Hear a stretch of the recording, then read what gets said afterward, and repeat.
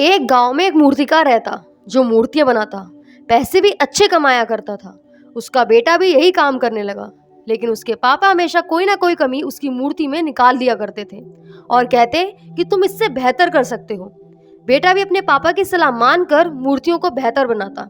लगातार सुधार की वजह से बेटा बाप से भी अच्छी मूर्तियां बनाने लगा और लोग उसकी तारीफ करने लगे।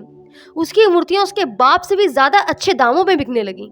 उसके बाप की मूर्तियां उसके पहले वाली कीमत पर ही बिका करती थी। समय बीतता गया, लोग बेटे की तारीफ करते गए, लेकिन बाप अब भी बेटे की मूर्तियों में कमियां निकाल दिया करता था। अब जब बाप मूर्तियों में कमियां निकालता तो बेटा बोला, आपकी मूर्तियां मेरी मूर्तियों से कम दाम पर बिकती हैं। लोग मेरी मूर्तियों की ज्यादा तारीफ करते हैं। मुझे नहीं लगता कि मुझे आपकी सलाह की जरूरत है। मेरी मूर्तियां बेस्ट होती हैं। बाप ने ये सुनते ही बेटी की कमियां निकालना बंद कर दिया, सलाह देना भी बंद कर दिया। कुछ महीनों में वो लड़का खुश रहता, लेकिन फिर उसने नोटिस किया कि उसे मूर्तियों के पहले जैसी कीमत नहीं मिल रही है। लोग उसकी तारीफ भी कम करने लगे। उसने ये परेशानी पिता को बताई। पिता ने उसकी परेशानी बहुत ध्यान से सुनी, जैसे कि शायद उसको पहले से ही पता था। बेटे ने भी ये बात नोटिस की और पूछा, क्या आपको पहले से पता था? पिता ने कहा, हाँ, क्योंकि मैंने भी यही सिचुएशन फेस करी है।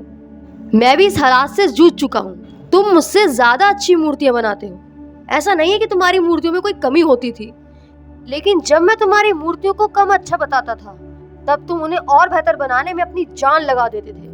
और यही तुम्हें बेहतर बनाता चला गया, क्योंकि तुम अपने काम से सेटिस्फाइड नहीं होते थे और मूर्तियां बेहतर बनाने में लग जाते थे। लेकिन जब तुमने अपने काम से सेटिस्फाइड होना शुरू कर दिया, तुमने और बेहतर होना भी बंद कर दिया। तुमने कोशिश करनी भी बंद कर दी। तुम्हारा इम्प्रूवमेंट होना भी बंद हो गया। तुम्हारी ग्रोथ भी रुक गई।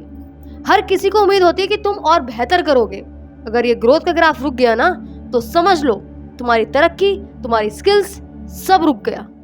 बेटा बाप की बात समझ गया और उनके द्वारा बताया गया सक्सेस मंत्र भी। Happy Father's Day to everyone. और सभी पिता के लिए। जब माँ छोड़कर जाती है तब दुनिया में कोई दुआ देने वाला नहीं होता, और जब पिता छोड़कर जाता है तब कोई हौसला देने वाला नहीं होता।